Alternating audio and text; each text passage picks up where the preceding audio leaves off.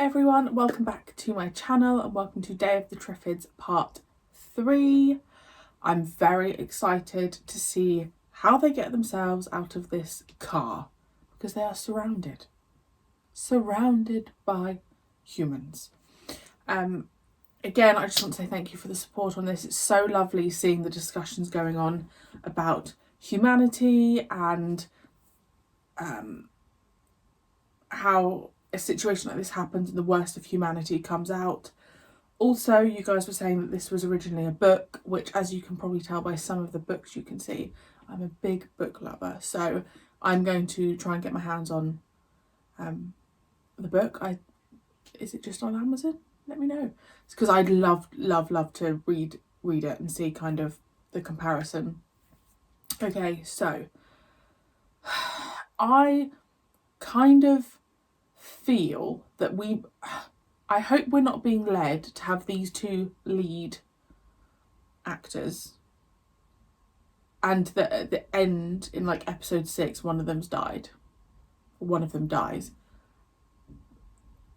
I don't know, that thought just kind of came to my head, like are we going to become like really close to these two people and then boom, something happens to one of them.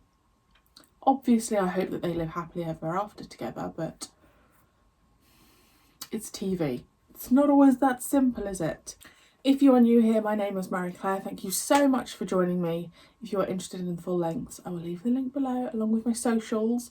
Because I'm aware the community tab isn't available on everyone's devices, so if you are interested in updates about what's coming out and all of that stuff, then Twitter is the place to be. If you want to follow me on Instagram, that's just my general boring life in picture form, but feel free to follow me. Right, let's go.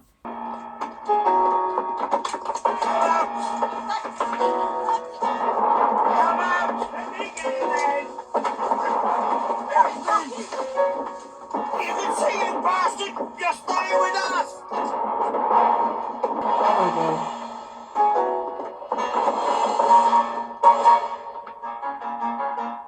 I'd have just stayed in there.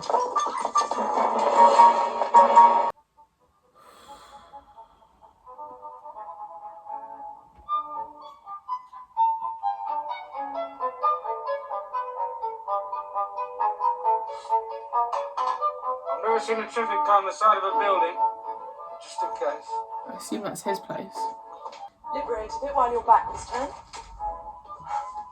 It's just a gesture. Might be my last chance.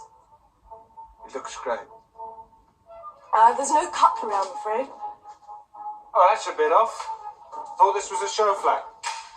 Cutlery is kept in drawers, it doesn't show.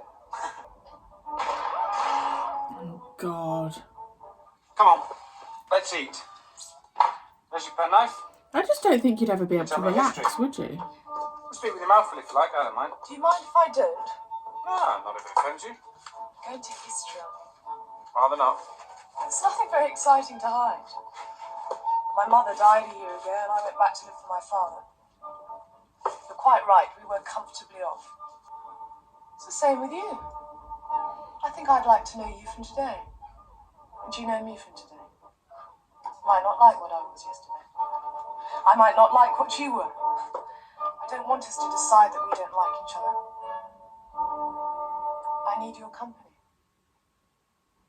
Situation as I see it, we've got to get out of London. There's still water in the tanks, but soon there won't be. The whole city will begin to stink like a great sewer. Typhoid, God knows. Don't they need to stay up high though because of the TRIFFIDS? So, where do we go? Any ideas? Somewhere out of the way. With its own water supply.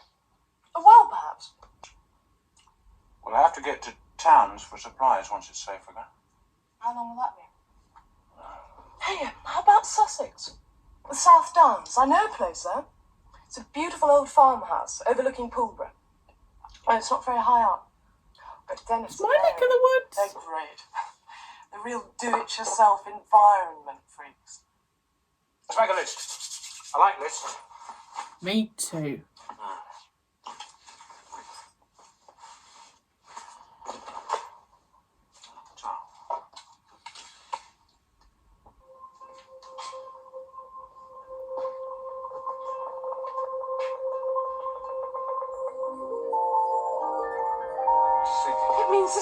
else you can see.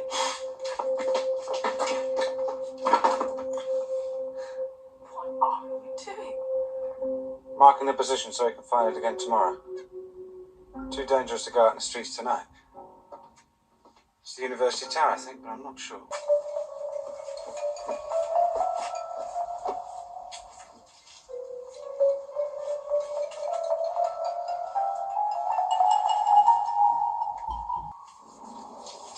Oh no.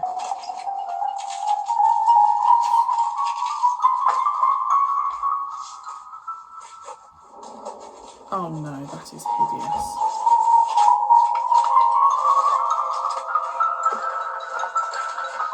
Coming back, dear.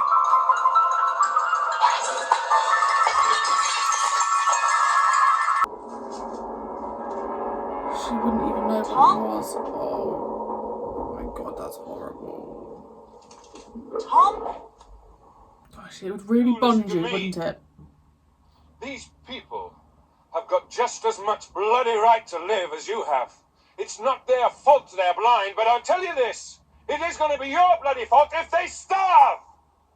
There's nothing we can do. Of course there is. What do you think I've been doing? Look, you can come in by yourself, or you can clear off. Hold on to that, brother. Sort you bloody lot out.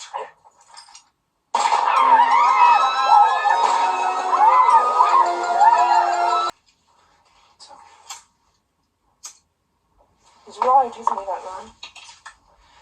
We've got to help them. He's right, and he's wrong. I don't think there is anyone who's going to come over the horizon and clear this mess up. Got It to won't get be yourself. cleared up. Oh, we could show some of them where to find food for a few days, for a few weeks. Going to be a pretty strange sort of world. Gosh, it's left just us such a alive in. moral dilemma. Because the people who are blind aren't just going to die off. I don't think we're going to like it a lot. But it's going to be tricky. I know that TRIFFIDS can be very nasty in those parts of the world where they're not under proper control, but I should have thought that here they were a fairly limited problem. Go ahead. No. Thank you. Most of them are well fenced in, aren't they? They can break down fences if they're not properly watched. I used to work on a TRIFFID farm. Well, I must bow to your experience. Anyway, what we must do today is get everything together which we need to take with us. Here's a list of some of the things. Better, just in case. No, I don't think so. Thank you. Simply fire into the air. Quite effective.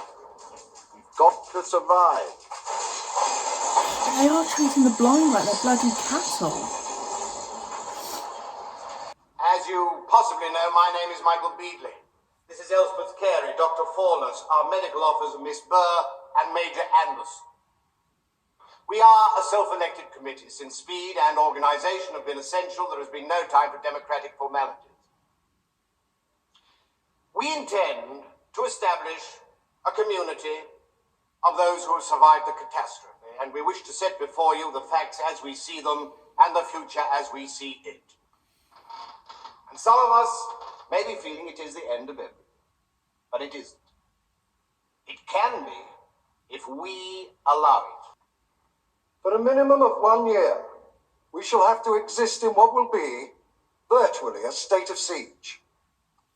It is the future which is important, and all of us will have our parts to play in creating that future. The men must work. The women must have babies. We can afford to support a limited number of women who cannot see, because they will have babies who can see. In our community, babies will be more important than husbands. It follows from this that the one-man, one-woman relationship as we understand it will probably become an illogical luxury. Now, unless you find all this totally acceptable, there is absolutely no point in you even thinking of joining us.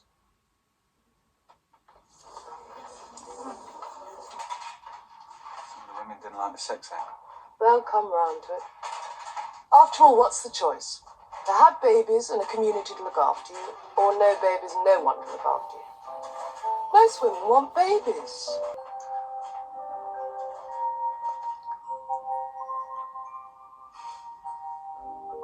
Okay. So, what's your entrance for tomorrow then? With baby. Ah, strict segregation into dormitories. There's no promiscuity till they say so. The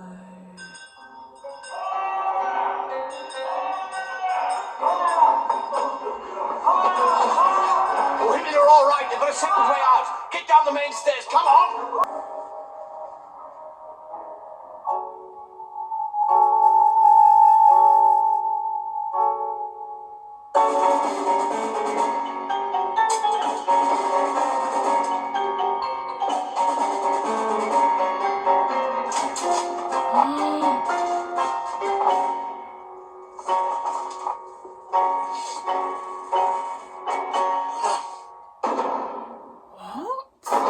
What? If anything happens to Bill, I'll be second in line behind Joe. Boom. So many sentences were said during that, particularly that speech at the end, that we could just have a long debate about. So, self-elected, fine, I understand that. Babies are more useful than men. They basically said, the women, you need to be getting pregnant. Doesn't matter how, doesn't matter by who. Get them babies popping out. It's I don't know, very old, you know, the men go to work, the woman, you know, stays at home and has a baby. You're taking away the choice of a woman, right? You're saying, you know, you have to have a child. And I would be curious as to how many people would go along with it. Because I don't know if I would. I think I'd go off in my own little group. Because they just don't sound great. And why is Bill now tied up? Why is there a fire? Who set fire to it? Someone's done it. So something's going on. I don't trust anyone. I reckon it's that leader. Can't remember his name. I blame him. I really like Bill and Joe together. I just hope that nothing happens to me. Like, why is Bill tied up? I don't understand. No comprende. There's also a bit where the leader guy said about... No, I think it was the woman. Oh, one of them said how they are the survivors. And it got me thinking, like, those that have been blinded aren't dead. Like, they're not being killed off because they're blind. They're being killed off because the TRIFFIDS are attacking them because they're blind. So they're just treating the blind like they're just not human. And like they're basically dead. So there's a whole moral debate there.